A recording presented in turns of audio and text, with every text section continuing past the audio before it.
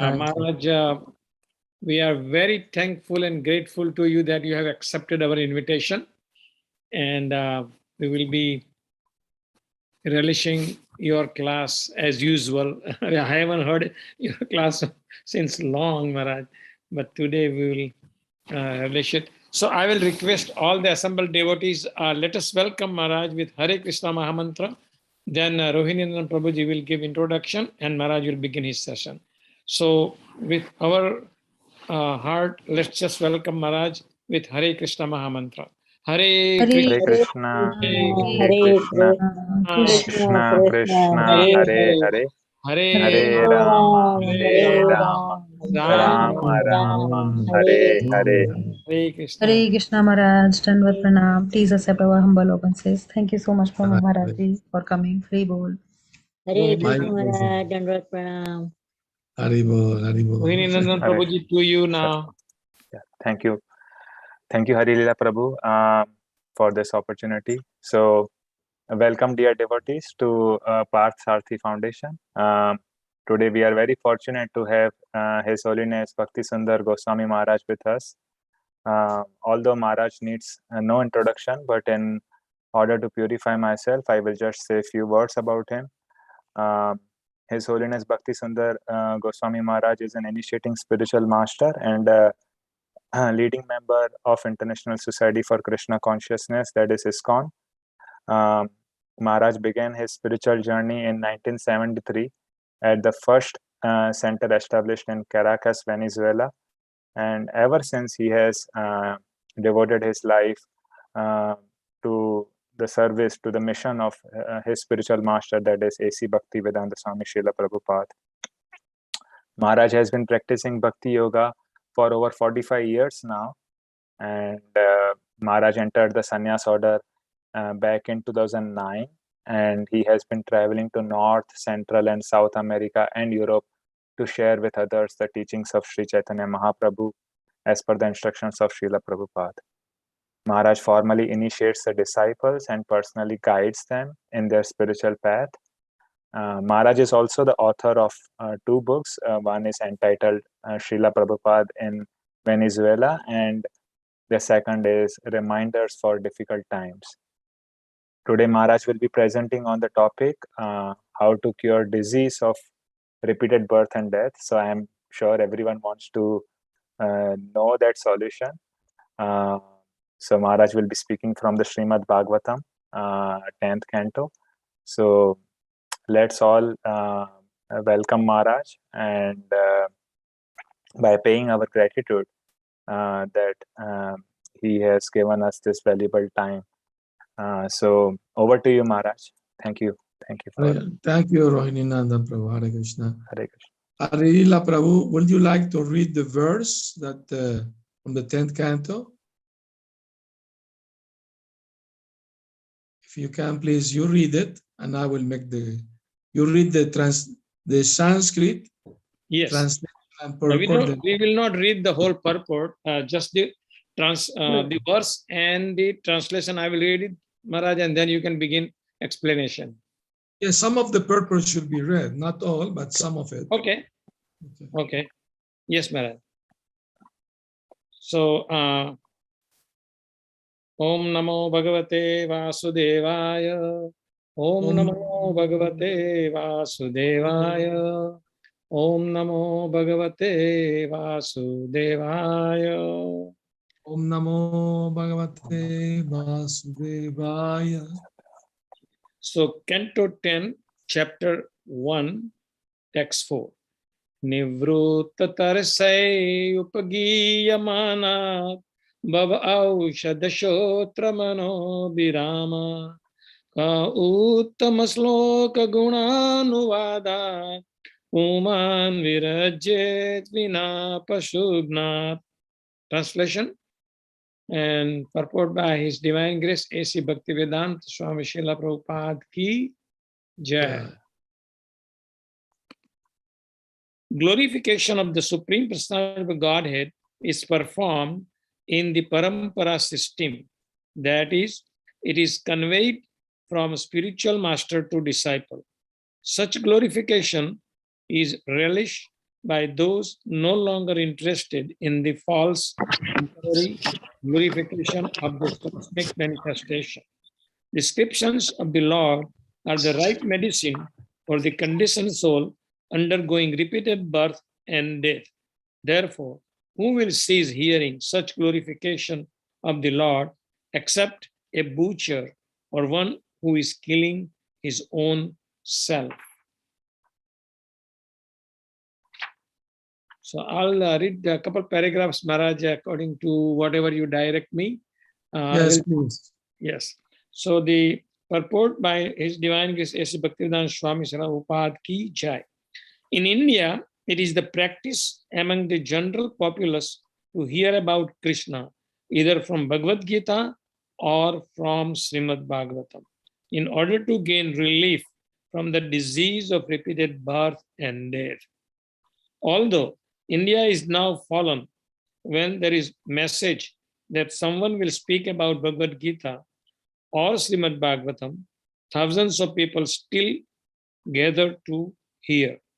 This verse indicates, however, that such recitation of Bhagavad Gita and Srimad Bhagavatam must be done by persons completely freed from material desires, nivritta tarshai. Everyone within this material world, beginning from Brahma down to the insignificant end, is full of material desires for sense enjoyment, and everyone is busy in sense gratification.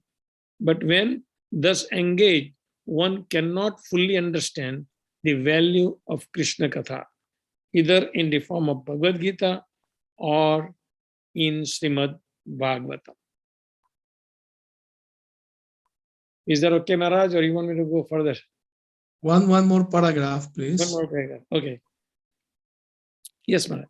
If we hear the glories of the Supreme Personality of Godhead from liberated persons, this hearing will certainly free us from the bondage of material activities. But hearing Srimad Bhagavatam spoken by a professional reciter cannot actually help us achieve liberation. Krishna Katha is very simple. In Bhagavad Gita, it is said that Krishna is the Supreme Personality of Godhead, as he himself explains. Matta parataram na anyat kinchit asti dhananjaya. O Arjun, there is no truth surrendered to me. Sorry, there is no truth superior to me. Bhagavad Gita 7.7. Simply by understanding this fact that Krishna is Supreme Personality of Godhead, one can become a liberated person. But especially in this age, because people are interested in hearing Bhagavad Gita from unscrupulous persons who depart from simple presentation of Bhagavad Gita and distort it for their personal satisfaction. They fail to derive the real benefit. There are big scholars, politicians, philosophers, and scientists who speak in Bhagavad Gita in their own polluted way, and people in general hear from them, being uninterested in hearing the glories of the Supreme Personality of Godhead from a devotee. A devotee is one who has no other motive for reciting Bhagavad Gita and Srimad Bhagavatam than to serve the Lord. Sri Chaitanya Mahaprabhu has therefore advised us to hear the glories of Lord from a realized person. Bhagavata parodiya Bhagavata sthane. Unless one is personally a realized soul in the science of Krishna consciousness, a neophyte should not approach him to hear about the Lord, for this is strictly forbidden by Srila Sanatana Goswami, who quotes from the Padma Puran, Avaisdava mukhodgiram utam hari katha mrutam sravanam naiva kartavyam sarpochoistam yathapayaha. Yes, Maharaj. Over to you, Maharaj, now. Okay. I shall read the translation of the verse that Oh, okay. The Padma Purana. Yes, the translation says this: one should avoid hearing from a person not situated in Vaishnava behavior. A Vaishnava is Nivrutta Tarshai, that is, he has no material purpose. For this only purpose is to preach Krishna consciousness. So-called scholars, philosophers, and politicians exploit the importance of Bhagavad Gita by distorting its meaning for their own purposes. Therefore, this verse warns that Krishna Katha should be recited by a person who is Nivrutta Tarsha. Sukadeva Goswami epitomizes the proper reciter for Srimad Bhagavatam, and Parikshit Maharaj, who purposefully left his kingdom and family prior to meeting death, epitomizes the person fit to hear it. A qualified reciter of Srimad Bhagavatam gives the right medicine, Bhava Aushadhi, for the conditioned souls. The Krishna consciousness movement is therefore trying to train qualified preachers to recite Srimad Bhagavatam and Bhagavad Gita throughout the entire world, so that people in general in all parts of the world may take advantage of this movement and thus be relieved of the threefold miseries of material existence. I read the whole paragraph. Very good. Thank you very much, Harilila. Thank you, sir. Very nice. Om Agyana Timirandasya Gyananjana Salakaya Chakshurum Militam Yena Tasmai Shri Gurave Namaha. I was born in darkest of ignorance, and my spiritual master Srila Prabhupada opened my eyes with the torchlight of knowledge. Therefore, I offer my humble respectful obeisances unto him. Srila Prabhupada Ki Jai. So this Krishna conscious movement is giving relief from this people's suffering, the threefold miseries of life. Adhyatmik, Adhibhautik, Adhidaivik. These are the threefold miseries of life. And we should be conscious that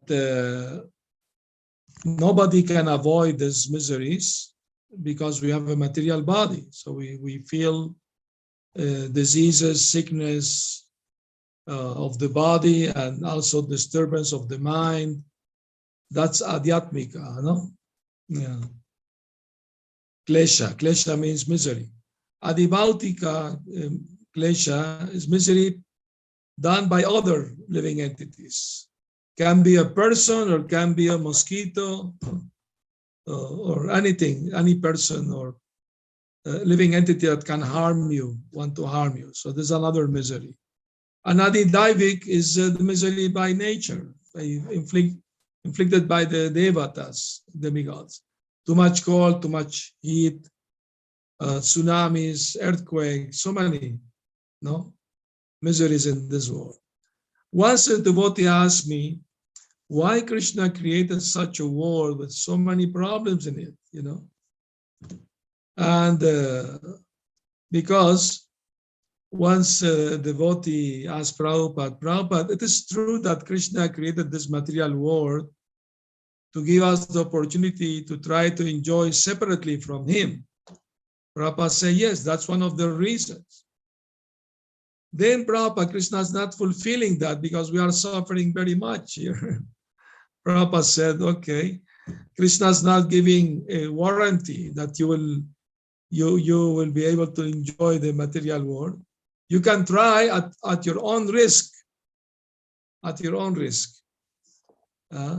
But Krishna's desire is that you get tired of this engagement repeatedly, life after life, trying to be happy in the material world, which is practically speaking impossible, because the material world is a temporary place. Dukkhalayam ashashvatam, Krishna confirmed in the Bhagavad Gita. That's temporary and full of miseries. So only unintelligent people will try to be happy in the material world with material things, of course. We can be happy even in the material world with Krishna consciousness, undoubtedly. I mean, devotees feel happy to chant the holy name, to engage in devotional service. But it is good that Prabhupada said we have to be pessimistic about the material life, you know. I don't know if you heard about one filmmaker, I think his name is Woody Allen. Once he was interviewed, and they asked him, is it true that you are very pessimistic? We hear that. He said, yes, I'm very pessimistic. And they asked him, why? You are very rich, you are famous, you have a good life, why you're pessimistic? He said, well, no matter how famous, powerful, or rich one may be, since the day one is born, one has a death sentence over one's head.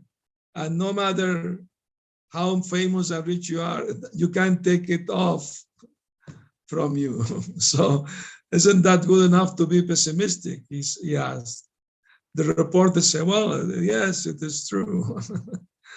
You know, he made a movie where the devotees, Hare Krishna devotee, ISKCON devotee, appear in the movie chanting in the park, Harinam, and he approached one devotee asking philosophical question, the purpose of life, and the devotee gave him Bhagavad Gita, Srimad Bhagavatam, and other books.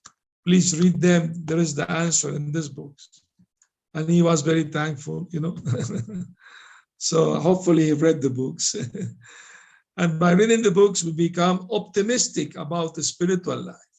I mean, we shall be pessimistic about the materialistic way of life, but we should be very optimistic about the bright future awaiting us in Krishna consciousness. You know, we have too many reasons to be enthusiastic and be happy in Krishna consciousness, because in this human form of life, we got the opportunity to be guided, no, by Srila Prabhupada's book and his bona fide, you know, followers, disciples and followers.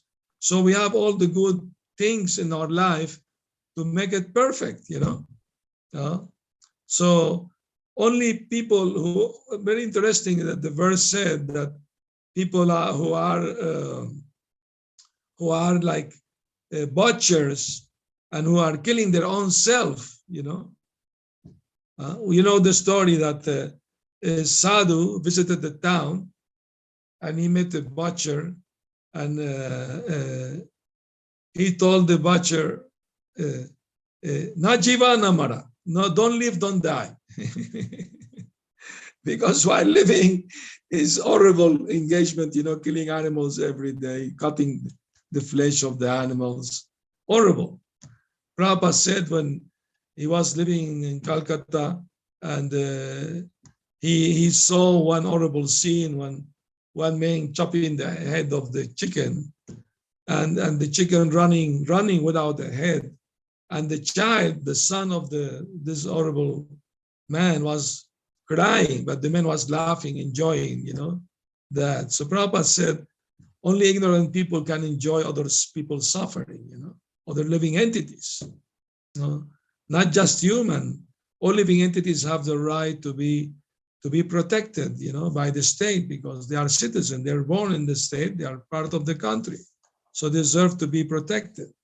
But this knowledge is not very much appreciated nowadays. No? And those who are killing their own self, you know, how one can kill oneself if one is a spirit soul? Spirit soul can die, so how can a person kill himself? Spiritually speaking, when we forget who we actually are, eternal servant of Krishna, spirit souls, it's like killing oneself, because one forget who we really are. So that means it's killing oneself, you know. Like Lord Jesus Christ, he said, what is the use for a man to gain the whole world and lose his own soul? You know, you can gain the whole world, but you lose yourself, meaning forgetting who you are actually are. What is the use? What is the benefit? You know. So that's the truth. That's the fact that unless we understand that we have to get free from the repeated birth and death, you know. Bhagavad Gita said everybody who's born has to die. Everybody who dies has to be reborn. So that's the law of nature. But those who come to me, Krishna said, no? Abrahma bhuvanaloka punaravarti norjunam amupetya tu kauntiya punarjamma navidyate. From the highest planet of Brahmalok down to the Patalok, all are places of birth, death, and suffering. But those who come to me, they are never born again in this material world. Krishna assures that, no? And how we can do that, how we can achieve that perfection in life. Krishna also explained that in the Bhagavad Gita. Jamma karma chame divyam evam yoveti tattvataha tyaktvadeha punarjamma naiti mameti sorjuna. Those who understand in truth my divine appearance and activities, they not take another body, they are not born again, but they come back to me, Krishna said. So that's the purpose of human life, to go to our original or situation, eternal life, full of bliss and knowledge, in the loving service of the Lord. That's the highest goal for human beings. So when Krishna said to know the truth about his birth and activity, that means devotees, we have to hear about how the birth and the activity of the Lord are divine, are transcendental to the laws of material nature. You know, when Krishna appeared in Kamsa's jail, he appeared to his parents Vasudeva and Devaki in a four-armed form, as you know, as Narayan. Then he became a baby. So that means he wasn't born like a human being, but his same appearance was totally divine and transcendental. Now, one may ask the question, why Krishna's brothers, 6 brothers, were killed by Kamsa? What is the reason? You know, and the reason is that is given in the Puranas, that these 6 brothers of the Lord, in other life, they were grandchildren of Lord Brahma. And they offended their grandfather, Brahmaji. And because of that offense, they fell down, and they were born as Hiranyakashipu's sons. But they didn't take advantage of the association of their good brother Prahlad Maharaj. They avoided this association. They only associated with demons only. So they became more offensive, and they offended even Hiranyakashipu. They offended him very badly.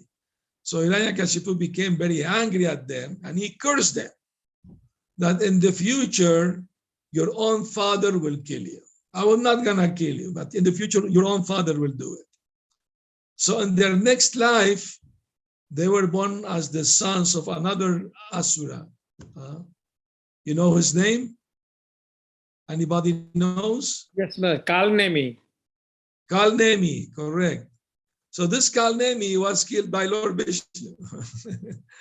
And he was reborn as Kamsa. And this 6 sons, they were born, you know, from Vasudeva Devaki. So Kamsa, he was killing his own sons from the previous life, without his knowledge, of course. Now, when Krishna freed his parents from, after killing Kamsa, and freed his parents from the jail, Devaki prayed to Krishna, my dear son, Krishna, please can you bring back my 6 sons? I didn't have the time to show them motherly love. They were killed immediately after they were born. Please, can you bring them back to life for me? Krishna was very bad for his mother, Devaki, and he brought the 6 children as small children, you know. And when Devaki saw all of them together, she felt so much motherly love that milk started to flow from her breast. and she fed them, all of them. Now, before, when Krishna gave instruction to his father, before becoming a baby, to take me to Gokul, then he became a baby. Then Devaki, she gave her breast milk to Krishna, so he would not feel thirsty on the way to Gokul. So after that, that milk became Mahaprasad, because was tested by the Lord. So when the 6 conditioned soul, they drank that sweet milk, Mahaprasad, they became immediately liberated souls, immediately. So, and after praying to Krishna and offering their obeisances, they departed to their heavenly planet, and they already liberated souls, the pure devotees of the Lord. So that's the great mercy of the Lord. No? Anybody who come in touch with the Lord becomes purified. Even with the wrong mentality. Like for example, Shurpanak, Ravana's sister, she approached Lord Ramchandra with lusty desire. She transformed herself in a beautiful girl, and she asked, I am very much attracted to you. You are very beautiful. Please marry me. And Ramchandra said, well, I am very much, obliged. I'm honored. Such a beautiful girl, young girl, beautiful like you. But I'm already have my wife Sita. But my brother Lakshman, he's free. Go to him. So she approached Lakshman. Oh, dear Lakshman, you're also very handsome. Would you please marry me? Lakshman said, oh, I'm also very much honored and gratified by this offer, but I'm the servant of my brother. You don't want to marry a servant.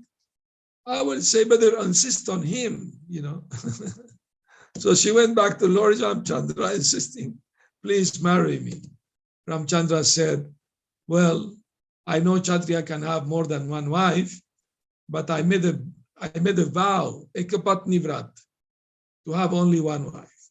So it is my wife Sita. I'm very sorry, I can't accept. So she became very angry. When lusty desire not satisfied, the person become very angry. So she became so angry, she assumed her horrible form, witch, Rakshasi, and she was going to attack Sita Devi.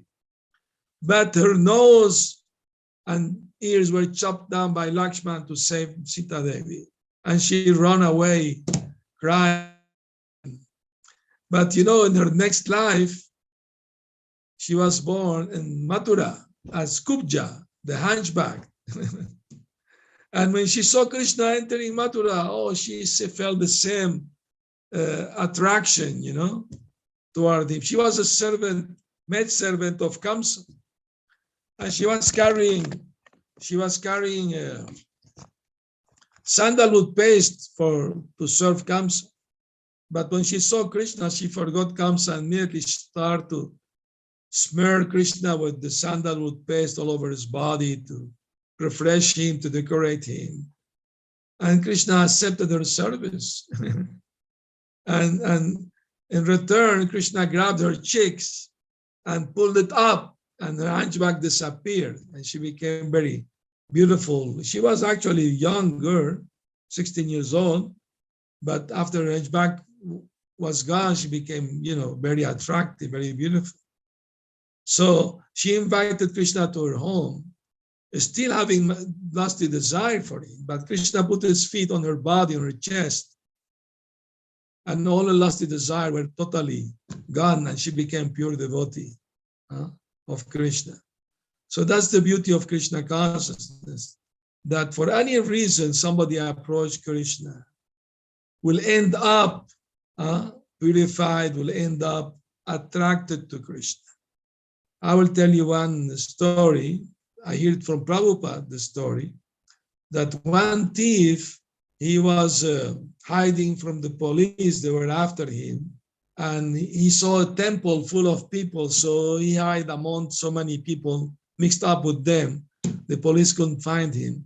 So he had to stay for a while in the temple. And the speaker was giving lecture on the Bhagavatam. And he was describing Krishna's beauty and Krishna's ornament and the flute and the peacock feather and the necklaces made of pure gold with valuable stones, you know. So when the thief heard about those necklaces, he became very much interested, you know, much more interested. So after the lecture, he approached the speaker, the devotee, and asked him, can you please tell me where Lord Krishna lives? Oh, Krishna lives in Vrindavan. That's his home. Oh, thank you very much. So the thief went to the train station to find out how far was Vrindavan and how much was the cost of the ticket. Then he went to his home and told his wife, dear wife, I could not steal anything today. I almost was caught. But I came to know about one very rich person named Krishna, who was very rich. So I'm planning to go to steal valuable necklaces from him, but I have no money for the train fare. So please give me your earrings. I will sell them, get the money for the ticket. When I come back, I will buy you 3-4 new sets of earrings. She said, okay, you know what you're doing. So the men arrived in Vrindavan. You know, there is one express train called that actually arrived in Vrindavan itself, Radha Express. Anyway, the men arrived there, and the first person he saw, one devotee walking with japa in hand. Oh, please, can you tell me where Krishna lives? Where can I find Krishna? Oh, you came to Vrindavan searching for Krishna. Oh, yes. Oh, you are so fortunate. You are so blessed. You came to search for Krishna. Oh, please, yes, thank you. Where does he live? Oh, he lives in Nandagra. He lives in Nandagaon. Oh, but at this time, he's not in the palace of his father. Usually at this time, he is with his friends and tending to the cows, you know, in the surrounding forest around his home. Maybe if you are very fortunate, who knows, you may see him. So the thief became very, very happy, and he went there and was searching for Krishna day and night. He could not find him, of course. It's not cheap to see Krishna, you know. But the man kept searching for Krishna for a full week, you know, day and night. He could not almost eat or sleep, you know. And after a week, his desire to find Krishna became so strong, you know. Like imagine you put a lion to fast for a full week. They will be very hungry, you know. So the same way, this man hunger to see Krishna became very, very strong. So after so many days, one day he saw Krishna sitting under a tree on the rock, playing on his flute with cows surrounding him. He became very happy. He ran and offered respect to Krishna, and immediately noticed that Krishna has a very valuable golden necklace with on it. So he told Krishna, dear Sri Krishna, your father sent me here to collect this valuable necklace because maybe some thieves are here around. So to keep saving it, please give it to me. I will take it to your home. It is your father's instruction. Krishna said, no. I mean, if there were actually thieves around here, Mother Yashoda would have not put this necklace on me. And I didn't hear anything about thieves around here. So maybe you should, you know, maybe you are the thief. And if you are not well, Krishna, to be honest, yes, that is true. I'm a thief. And you are so beautiful, so wonderful, so rich. I'm so poor and miserable. Can you please give me one of those necklaces? Surely you have many of them at home. Krishna smiled. No, I can't give it to you. Because if I go back home without the necklace, Mother Yashoda will be angry at me. So I'm sorry, I can't give it to you. The man pleaded to Krishna, once and again. So finally, Krishna took off the necklace and was giving it to the thief. And the thief's heart melted totally, by Krishna's loving, behavior and smiles, and his heart melted completely. And he felt crying at Krishna's feet. No, Krishna, I don't want anything. I only want to be your pure devotee, that's all. I want to be your eternal servant. So he became a great devotee, pure devotee of Krishna. Although his intention was to steal from Krishna, So that's the fact, Krishna is so wonderful. He's so compassionate.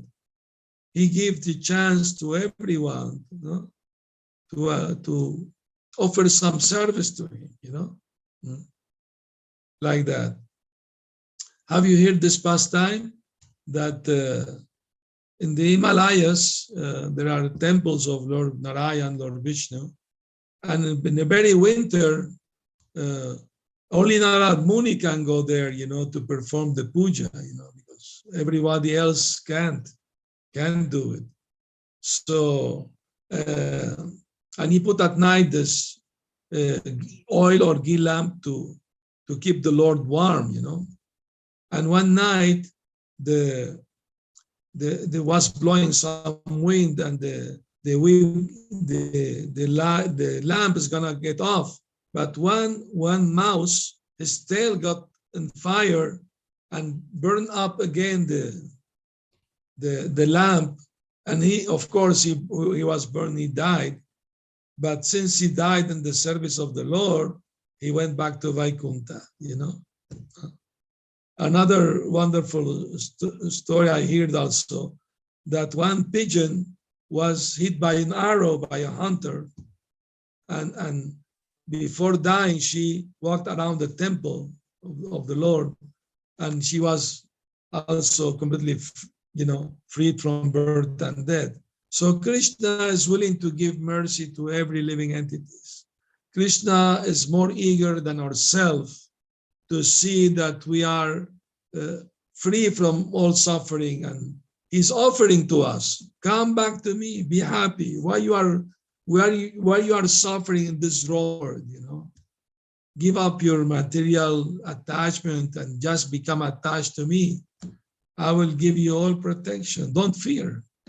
So the body don't fear death, because they know death is only going to happen to the body. I'm not the body. So why should I lament? It's something unavoidable. It's no use to lament.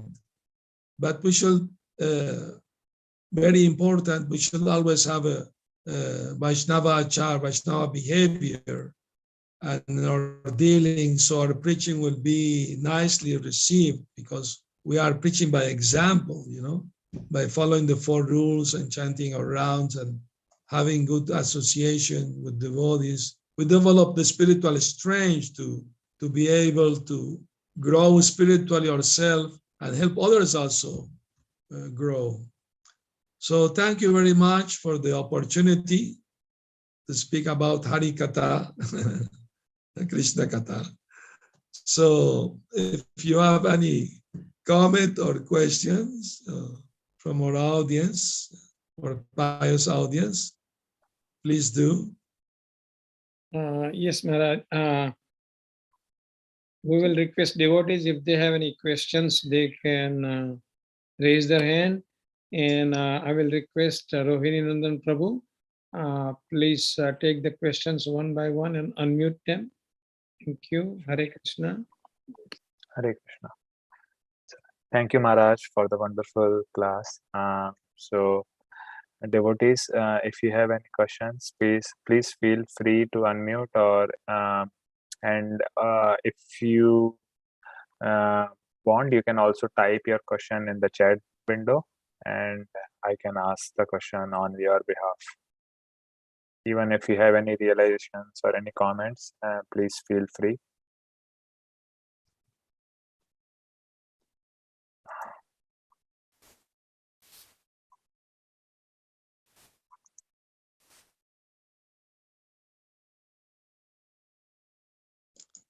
All right. So that's good. The That's devotees are satisfied with the Harikatha. Maharaj, it was a very And, wonderful class, Maharaj. You had really given nice stories and examples to make us understand this verse, Nivruttatarshai Pudiyamana. So, Maharaj, if you have time, I would we like to hear from you regarding some Vrajalila, if you can, please. of course, which Prajalila will you like to hear? Well, there's so many, Maharaj. So you can choose whatever you like, Maharaj. All right, that's fine. Which one is your favorite, Brajalila?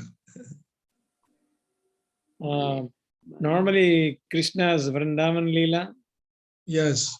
especially playing with his friends. Yeah, that's very sweet, you know. I will tell you one pastime. Yeah. Okay. Once Krishna went with his friend to tend the calves, you know, and he was still 5 years old. Until when he reached the 6 years, he was given cows to take care. But at 5, he will take care only of the calves. So Krishna sat down next to the Yamuna River with his friends, and all of them wanted to share their, you know, their prasad with him. You know, their mother packed some prasad for them, rasgulla, sandesh, you know, kachoris, different things and all of them wanted to share with Krishna. So Krishna sat in the middle and all his friends surrounding him like a lotus flower, you know, but nobody will see his back, you know, everybody will see his smiling face. And Krishna was next to each and every boy so they can share their own sweets with Krishna. But first they will bite on the laddu. Oh, this laddu is so nice, Krishna. Please try it. After biting it. So Krishna was enjoying in that way with his friend. And while they were enjoying like that, the calves run away searching for fresh new grass. And when suddenly they noticed they were not outside, so they told Krishna, Krishna, please finish your lunch. We are gonna search for the calves and bring them back. Krishna said, yeah, please don't delay. Please come back soon. So they found the calves far away in another forest. And that day, Kamsa sent a fiery demon to burn Krishna, you know. So when this demon saw all the coward boys and thousands of them, oh, Krishna must be amongst them. So immediately he made a fire circle around them to burn them, you know. So the children start crying out to Krishna, please save us, Krishna, please. And Krishna immediately appeared in their midst. He said, don't be afraid. I will protect you. Don't be afraid. Just close your eyes.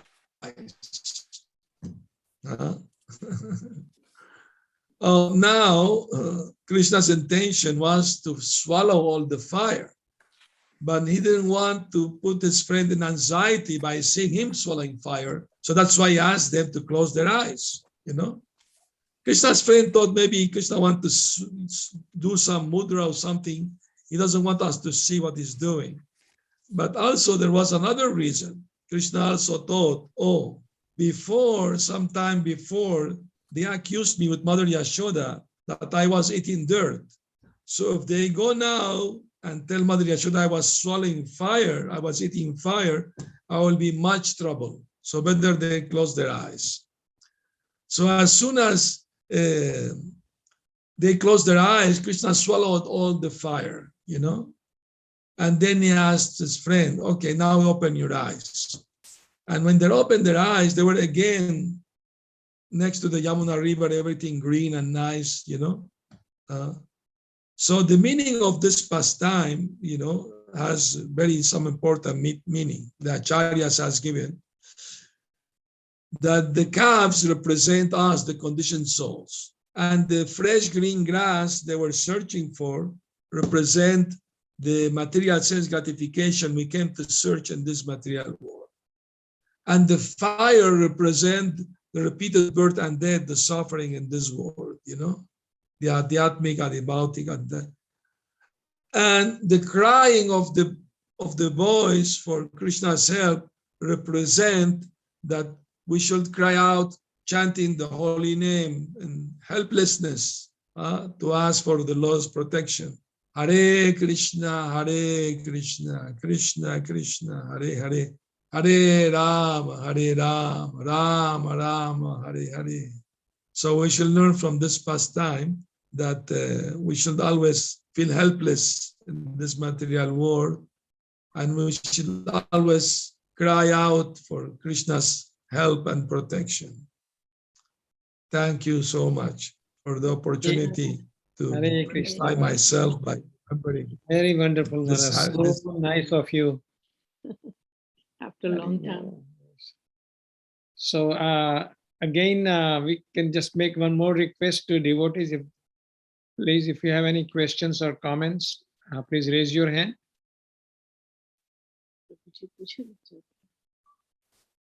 Okay. Okay. So, okay, here, Bamsi Gopal Das. Hare Krishna Maharaj, Dandavat Pranam. I just have a thank you Maharaj for your lecture. I don't have any questions, Maharaj. Yeah, very clear. Thank you, Bamsi Gopal, for in the lecture. He's from Phoenix, my initiated disciple from Phoenix, Arizona. Thank you for hearing the lecture. And thank all of you. And so it must be a little late, and for sadhana it's good to go early to bed, early to rise, makes the man healthy, wealthy, and wise. Yes, thank you, Maharaj, for accepting our invitation and giving us your nectarian class, Maharaj. So, Sri Giridhar Maharaj, His Holiness Bhakti Sundar Goswami Maharaj ki Jai. Prabhupada ki Jai. Maharaj Bhagavatam ki Jai. Kalpataru Vyascha Krupa Sindhu.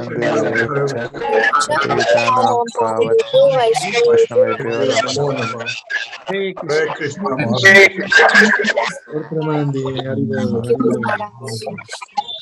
Maharaj.